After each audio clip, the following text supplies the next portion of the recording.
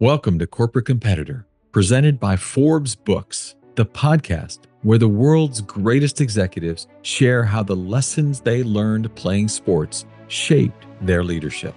After more than 200 episodes with CEOs and senior leaders like Chick-fil-A Chairman Dan Cathy, Delta Airlines CEO Ed Bastian, Bank of America CEO Brian Moynihan, and former Secretary of State Condoleezza Rice, one thing is clear. Whether they were inducted into their sports hall of fame or hung up their cleats after high school, sports has been a powerful, shared foundation for success. I'm your host, Don Yeager, and each week, in partnership with Chief Executive Magazine, we bring you genuine, authentic, fireside chat-like conversations with influential leaders so you can apply their insights to elevate your leadership. With me for today's episode is David Novak, the co-founder and former CEO of Yum Brands, the powerhouse behind Kentucky Fried Chicken, Pizza Hut, and Taco Bell. Under his 17-year leadership, Yum Brands grew into one of the world's largest restaurant companies, doubling in size to more than 45,000 restaurants across 135 countries and increasing its market cap from $4 billion to $32 billion. David has been named CEO of the Year by our partner Chief Executive Magazine and one of the 100 best performing CEOs in the world by Harvard Business Review. I can't wait to discuss the leadership lessons he drew from his early days playing baseball. Make sure to check out corporatecompetitorpodcast.com/notes for my notes from today's session. You'll find my favorite quotes and reflection questions to help you apply today's insights. Recognition is the secret weapon for any leader. It says that someone's watching. People leave teams and companies for two reasons. They don't feel appreciated. They don't get along with their boss. What behaviors will drive the results of your team? If you want those things to happen, recognize them every time you see them. And you as a leader, if you do that, you'll get more of it. When you recognize people and you do it genuinely, you give away a piece of your heart to someone else. David, thanks for joining us. Thank you, Don. I really look forward to this. I have to tell you, this has been an interview we have wanted to do for months. So the idea that it's finally coming to be means more than you know. I want to talk about your upbringing. It's fascinating to think where you are today from where you began. I read by the time you were 12, you'd lived in 32 different trailer parks in 23 states. Yeah, that's true. You actually said moving around so frequently developed your active learning habits.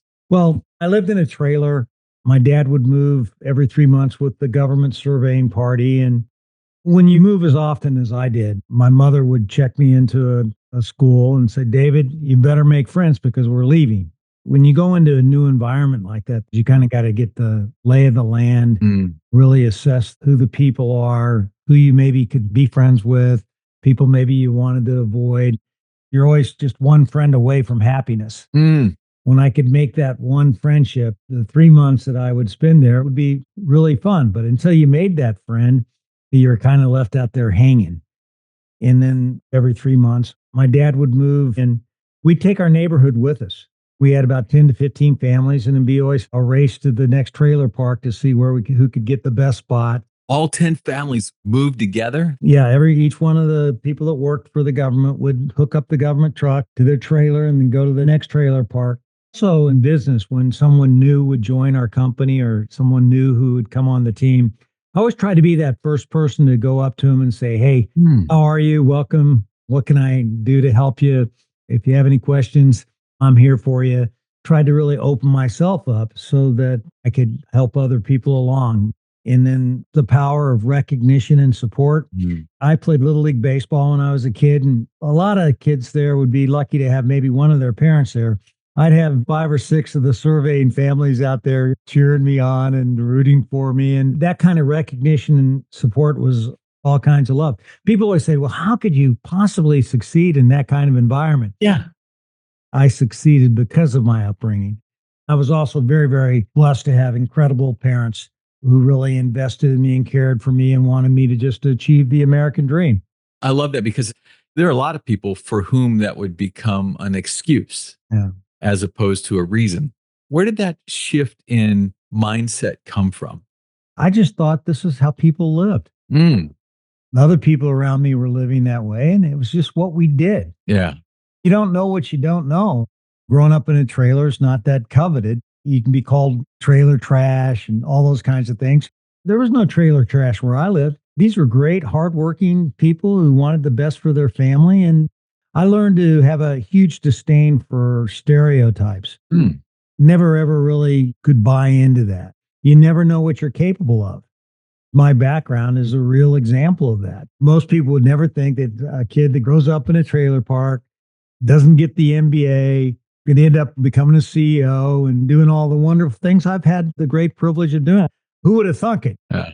Don't put limiting beliefs on what you can become. And don't put limiting beliefs on what others can become. Absolutely. I always try to look very much at the potential of people. And I think as a leader, as a coach, your job is to help people achieve things that they otherwise would not have been able to achieve without you. I probably picked that up from my dad. He was a great coach. I could hit 3 home runs, but he'd talk about how that was good. But David, how'd you miss that one play? Or, I remember we were in Kimball, Nebraska, and I was a pitcher. And we had this one guy, he had very little athletic talent. My dad turned him into a catcher, and he'd just sit back there and I'd fire my fastballs in there and almost, knock him down. He'd catch him, and just the pride that that kid had. Mm, I loved how my dad invested the time in him mhm, and made him a viable part of the team. mm, He contributed to the team and did a good job. He was never the best player, but became a good catcher. mm. The other thing is that I was destined for the major leagues in my mind. When I was going around in all these little small towns, there was no question that I was the best player everywhere I went. The best hitter, the best pitcher, the best player. Then I moved to Kansas City, Missouri, the big city. All of a sudden now I'm one of the guys. I'm no longer the best. There are a lot of people like me. That taught me a lot about competition. Yeah. No matter how good you are, there's always somebody out there that can be better. There's such a huge difference between being an amateur and a professional. I used to play tennis. I thought I was a really good tennis player until I played tennis with Todd Martin, who went to the finals in Wimbledon. Yep. I couldn't even keep my racket in my hand. He was at such a different level. That's one of the reasons why I love golf. Playing professionals, they're great, but you can win a hole or two, because it's the only sport I know of where you can actually play with pros and hang in there every now and then on a hole or something like that.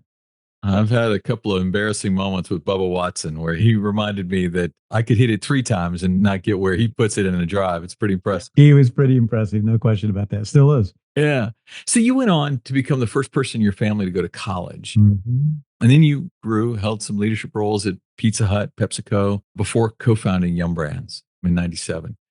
Since then, obviously, Yum Brands is magnificent, what it's become. Mhm. You took independent cultures, Kentucky Fried Chicken, Pizza Hut, Taco Bell, and you figured out how to put them under one umbrella and yet maintain their own sense of culture. How do you do that?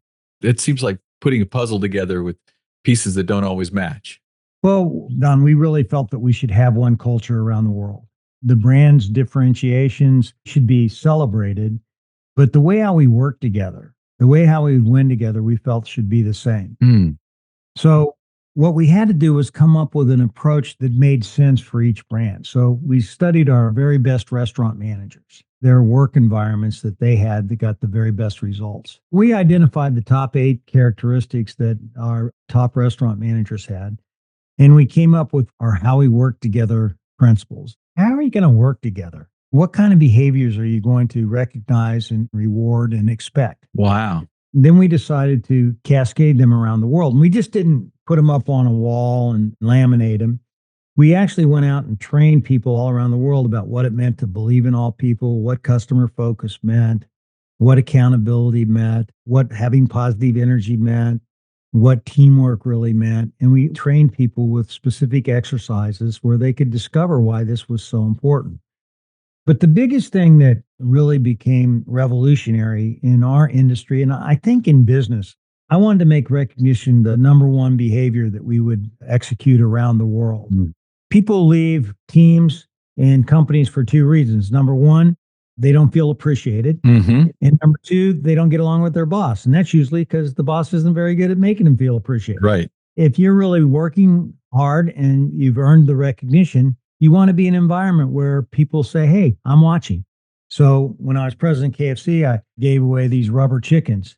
I would go into restaurants and I would number the rubber chicken. I'd write down when I saw a great performance, like a great original recipe chef. I'd write down, are you the best original recipe chef? The quality is what makes it special. You do it as well as anybody. Thank you for all you do. And then I would give them $100 because you couldn't eat a rubber chicken. I'd take a picture and I'd say, I'm going to send you a framed picture. But more importantly, I'm going to put your picture in my office Mm. because you're what really makes our business tick. And then everybody saw the power of it. When you're the leader, I always say you cast a shadow.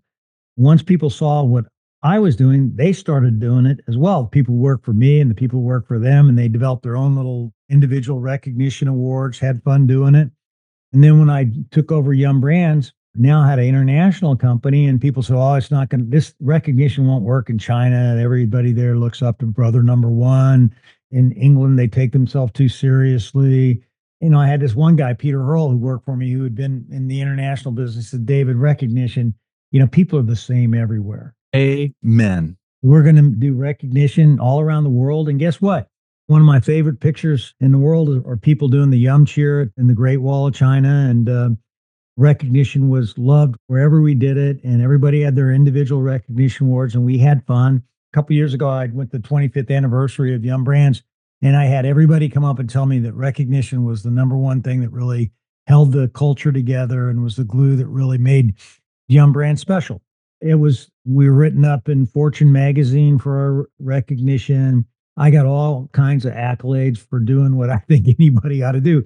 Recognition is the secret weapon for any leader. Mm. So recognition really allowed us to attract the best people and keep the best people. And as you know, Don, if you want to win in any business, you got to have the talent. If you don't have the talent, you don't win. And when people did move on for different opportunities, I was the first to shake their hands and say, go get them. I think I have about close to 30 CEOs that worked at Yum Brands, working for me or close to me or near me or whatever. We developed a lot of talent, and we were able to backfill that talent with great talent because of the kind of work environment we had. And that's why culture is so important.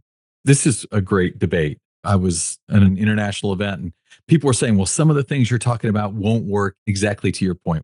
If you're determining whether or not someone's a good leader by what do you know about the team that works with you, in Japan, they don't want you to know anything about them. Well, I'm with you.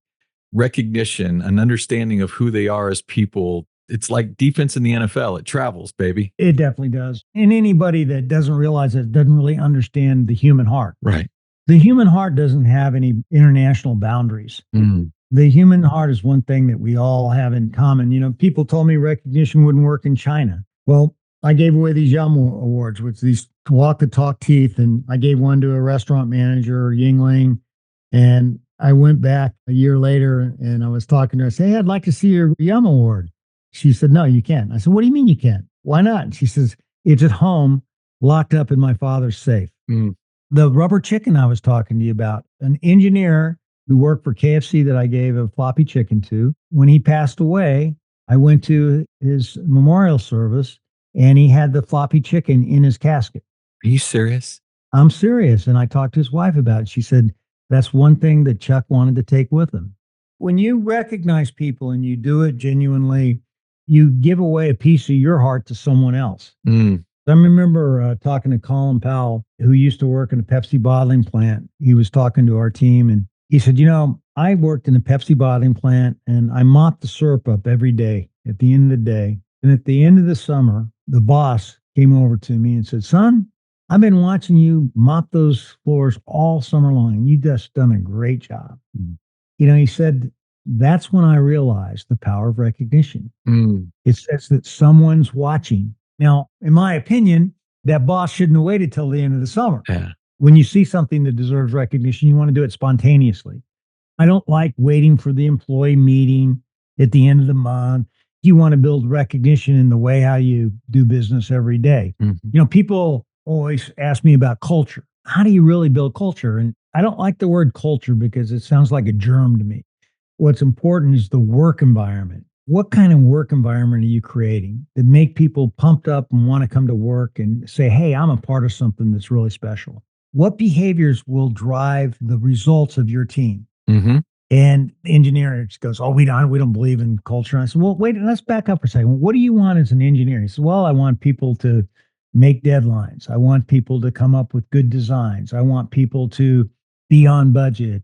Well, there's three things right there. Right there. If you want those things to happen, recognize them every time you see them. And you, as a leader, if you do that, you'll get more of it. And that's the way our recognition works. And it doesn't matter. You can be in engineering, you could be in supply chain, you could be, in packaged goods, you could work at Google, you could work at Apple. It doesn't matter. What are those traits you're looking for?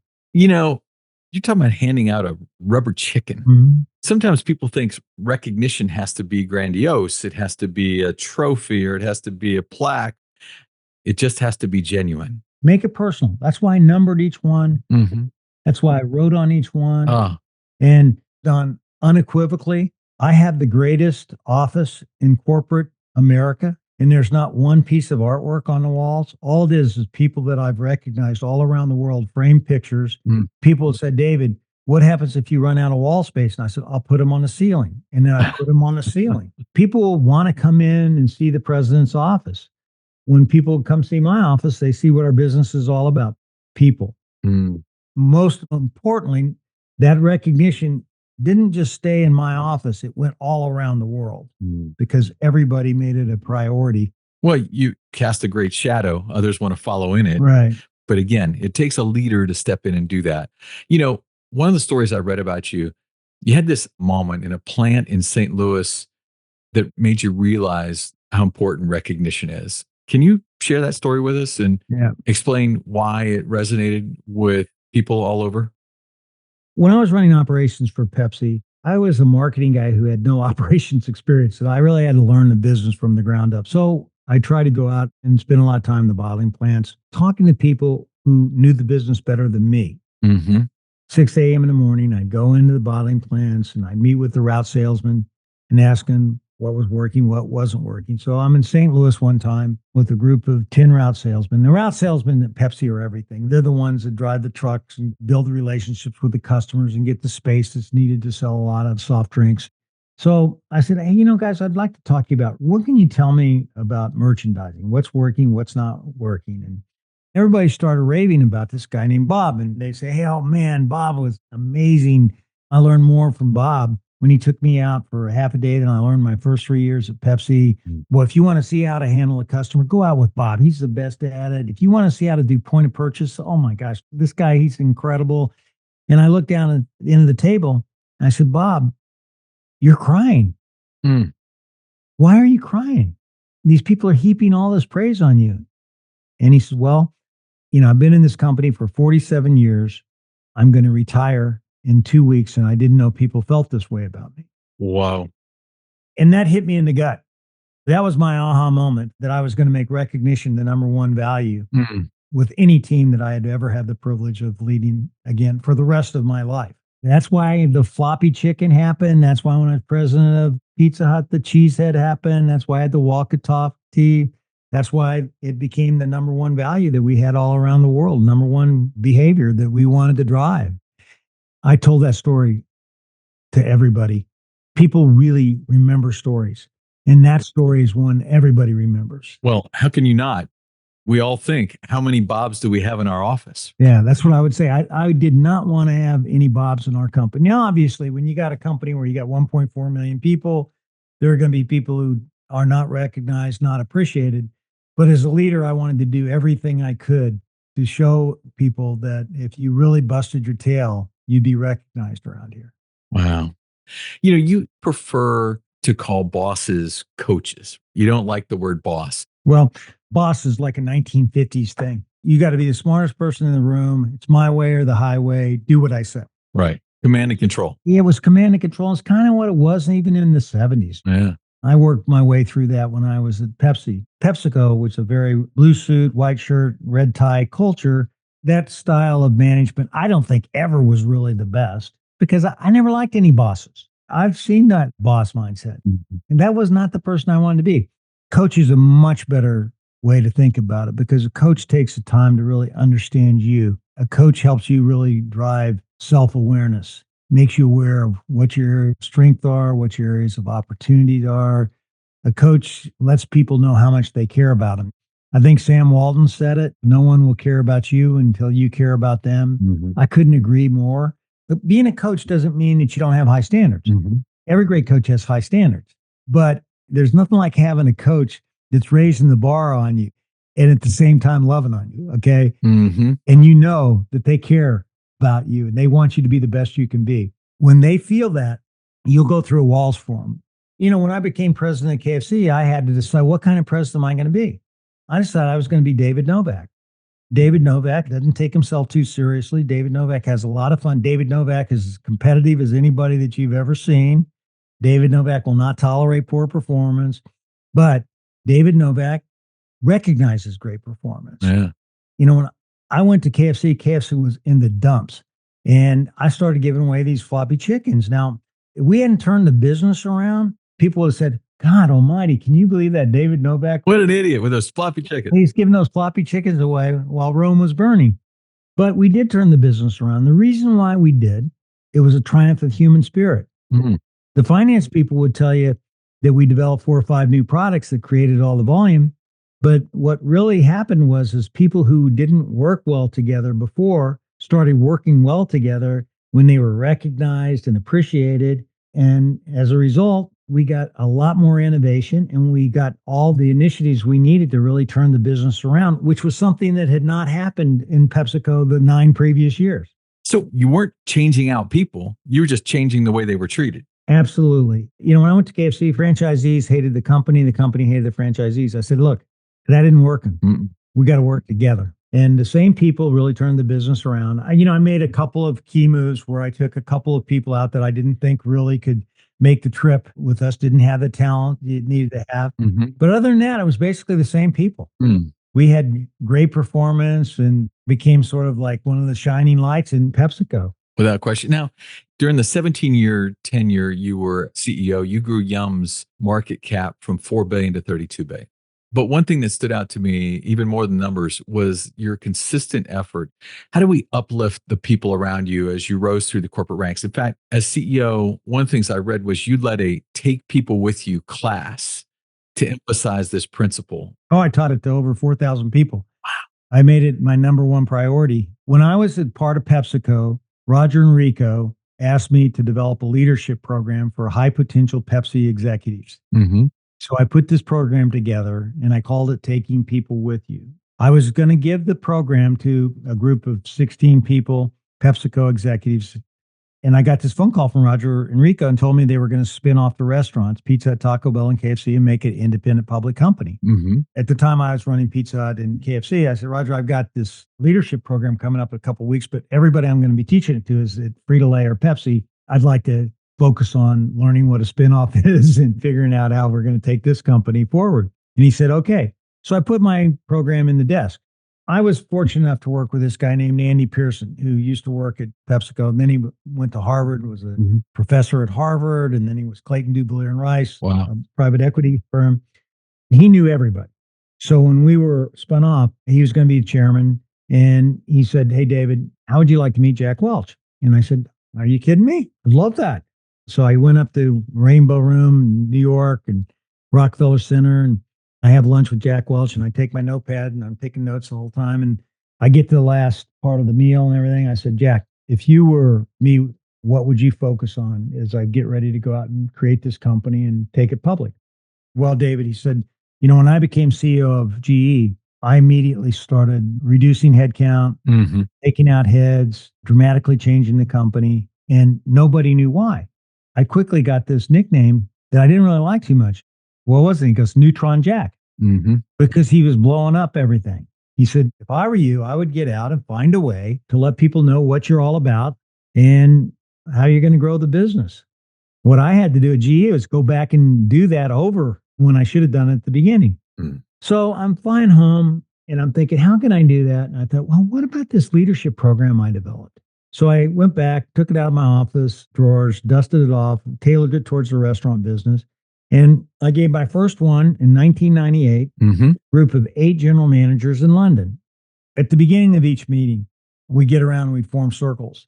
And I would ask everybody to share what leader had the biggest impact on their life and why. Mm. And then I would say to everybody, now, how would you feel if you had somebody talking about you like this someday? And at the end of this seminar, I hope that you're going to be much better prepared to be able to make that happen. Very, very powerful exercise because we've all had that leader that took them underneath their wing and made you believe in yourself when you didn't even believe in yourself. Guess what? Everybody wanted to know who I was, what I was all about, what kind of culture I wanted to create, what our strategies were, et cetera, et cetera, et cetera. Best thing I possibly could have done. Everybody who came to that meeting had to come in with the single biggest thing that they were working on that would grow our business. And then my leadership program over those 3 days would give people a process for them to follow to take people with them to get that done because nothing big ever happens by yourself. You have to take people with you. Absolutely. Boy, that was fantastic because everything Jack Welch said it would be. The only problem was I spent 3 days and I only reached 8 people. So then I decided to scale it, Don. I did it with over 4,000 people by the time I left Yum Brands 17 years later. My last one was in China with 100 Chinese executives. We had a huge business in China. And you weren't changing the message. Everywhere. Same message. I started out with this is what the mindset of a leader is. Hmm. This is what you need to do in terms of how you need to have a plan. And this is how you follow through to get results. And everybody walked in with the single biggest thing that they're working on. Hmm. And they walked out with a plan. And then I had 30 days, 60 days, 6 month follow up. And people always ask me, how could you spend so much time teaching leadership? Think about everything I learned. I learned about everything that people were working on that they thought was most important. Hmm. Think about how much impact I had. I helped them develop a plan to get it done. And then think about how I was able to assess the talent. I got to meet everybody. The stars, they would rise. Okay. I knew who they were. I was able to give people bigger responsibilities than what they otherwise might have had because I was able to see them and learn from them and be able to share with them and have a shared experience that brought us all together. On top of that, this entire concept that you're telling them, I'm taking you with me, and I need you to be taking people with you, the cascading effect of your message is extraordinary. Yeah. Cascade. The most important thing you can do to scale something when you're in a big organization is you have to cascade it. You skip a level, you pay. Right. You skip a level, you don't speed things up. You slow things down because you always have to come back and do it again. Well, that's what Jack Welch taught you right there. Yeah, he totally skipped every level. Okay. And I don't think he ever did something to the extent like I did, No. but he did care about people Yeah. much more than people thought he did. Yeah. You know, your latest book, How Leaders Learn. I love what you shared. I love what you learned. But one thing that stood out to me was you love finding people and learning something from them. And here you are at the place in your life and your level of achievement where you don't need to go ask more questions about learning and leadership. You've got it, but you did. Yeah. What makes you so innately curious? I want to be really good at what I do. Mm. I've always loved what I do. And I started out in marketing. And then I realized for me to move up, I had to become a leader and learn to love leadership. But I've always loved what I do. People always say, hey, do what you love. And why do they say that? The reason is if you love something, you can't get enough of it. Right. You want to be around it all the time. You want to learn everything you possibly can. That's what made me curious was my love for what I did and my competitive spirit. Mm. I wanted to be the best at whatever I did. And the only way you can be the best at whatever you do is to have a constant learning mindset and go to people who know things that you don't know and learn from them. So, like when I first started running Yum Brands, I didn't have any financial experience. I went to see Warren Buffett for 17 years, and he taught me a lot about how I should work with the investment community. When we first started our company, we best practiced the top performing companies and we developed our Yum Dynasty drivers, the things that we knew that if we did these things, we would end up building dynasty like performance. But, we went to the best of the best to really learn what they did. We codified what they did and then made that the thing that we built Yum Brands all around. I don't think people wake up every day wanting to be a part of something mediocre. They wake up every day wanting to be a part of something great. And the only way you can pursue greatness is by constantly learning, is pursuing the unfinished business. Right. The unfinished business is what makes business, gets you up every day. John Wooden said, what you learn after you think you know it all is what counts. And he's right. Yep. Now, why did I go see him? Because I wanted Young Brands to be a dynasty. Mm. And you know how many national championships he won? And championships, 12 years. I got him on tape, video. I shared it with my team. It made it a part of my Taking People With You leadership program. Mm. He taught me a ton. Incredible human being and such an avid learner. I mean, you know this. When he first had Lou Alcindor, who became Kareem Abdul-Jabbar, he'd never coached what he called an extra tall person in his life. He didn't call them 7-footers. They were extra tall people. Right. So he went to the Wilt Chamberlain and all these different players who were extra tall and asked them questions and learned how to coach them. And so that he could be a great coach for Kareem Abdul-Jabbar. He had this constant thirst for knowledge, and every leader does. The best do. You're right. I'm still learning. That's why I have a How Leaders Lead podcast. I've been interviewed the top CEOs in the world, the top sports leaders in the world. I love it because I got to get ready for these discussions. And then when I have the discussion, I always pick up something that can help me become a better leader. I'm still very much focused on making a positive impact in the world. Boy, I tell you, you're speaking my love language there. That's awesome. And by the way, Coach Wooden and I worked together for 12 years. He used to, at the end of every season, look at something that his team didn't quite do well. Then they may have been undefeated, won a national championship, but he's thinking, you know what, we didn't shoot free throws really well in the last 2 minutes of the game. He would pick 3 schools that did better than they did, and he would write their coaches a letter and ask to come do what you do, interview them about what they teach to get better performance than he was getting. How about getting a letter like that from the guy that just won the national championship? I love it. He was an amazing man. It doesn't get much better. You know, one of the questions we've asked for almost 4 years doing this podcast, I think too often the word teams gets overused, especially in the corporate world. We talk about me and my team, and the truth is what you really have are a group of independent performers who just happen to have the same business card. Mm-hmm.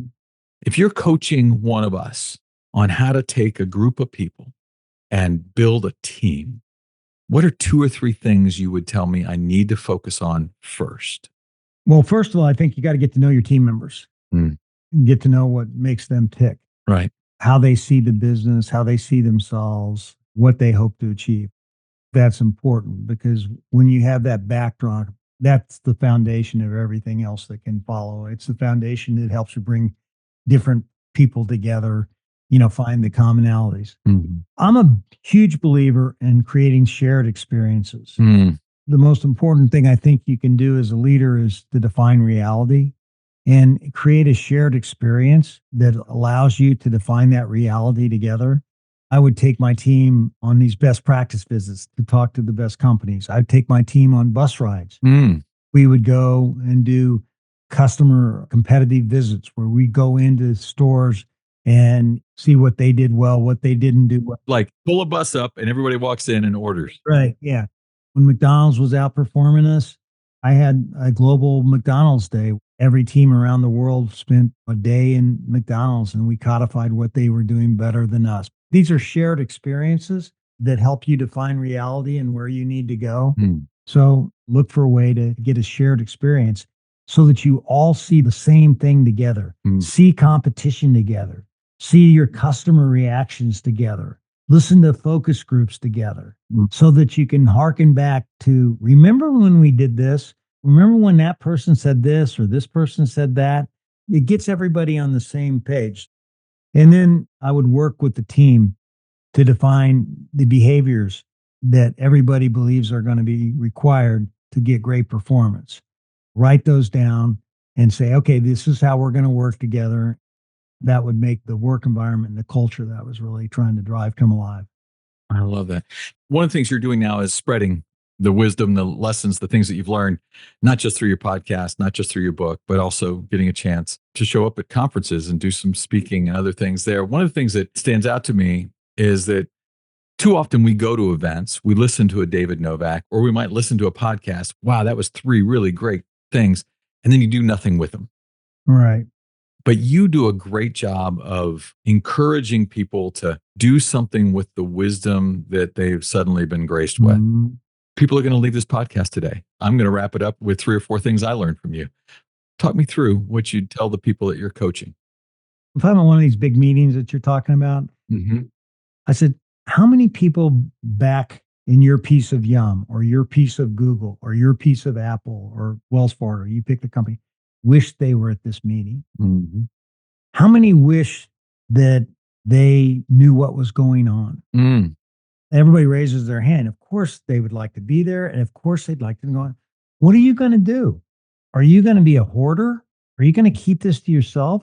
Or are you going to go back and share it with everybody and let people know what you learned, what the company's looking to do, and the role that you and your team have in terms of really making it happen? Walk away from here with a commitment to do something with what you learn. That's why in my book, How Leaders Learn, there's a big difference between being an avid learner and an active learner. Mhm. There are people who can be really book smart and they love to learn things, but they don't do anything with it. You want to be an active learner. You want to take the learning you have and put it to use. Tom Brady could have gone to see Tom House, who's the best throwing coach in the world, and he could have, that was really interesting. Or he can take notes like he did, Mhm. go back and work on it diligently so that his passing motion would be more like what Tom House was really teaching him to do. He's an active learner. Tom Brady's probably the most active learner I've ever met in my life. Yeah. It doesn't matter whether it's nutrition, how he works out, how he throws a football, everything that he does is constantly learning. I'm sure it's killing him right now as he's a broadcaster because, he's learning how to broadcast, but he's not the best yet. I guarantee you that's killing him and he wants to be the best. I'm sure he's going to work at it and then he'll get better and better at it. That entire commercial scene that they have with people doubting him, nothing fuels him more. Absolutely. David Novak, I am riveted by all that I've learned. And I have to thank you today for being a corporate competitor with us. Don, thank you for what you're doing and how you're helping people and all the books that you've written and the bestsellers that you have. That's not easy to do. It takes a lot of time, effort, and skill to pull that off. And clearly, you're a leader that's constantly learning, and that's a habit that every successful leader has to master. So, appreciate the opportunity to be on your show. Fantastic conversation. Better than a bucket of chicken.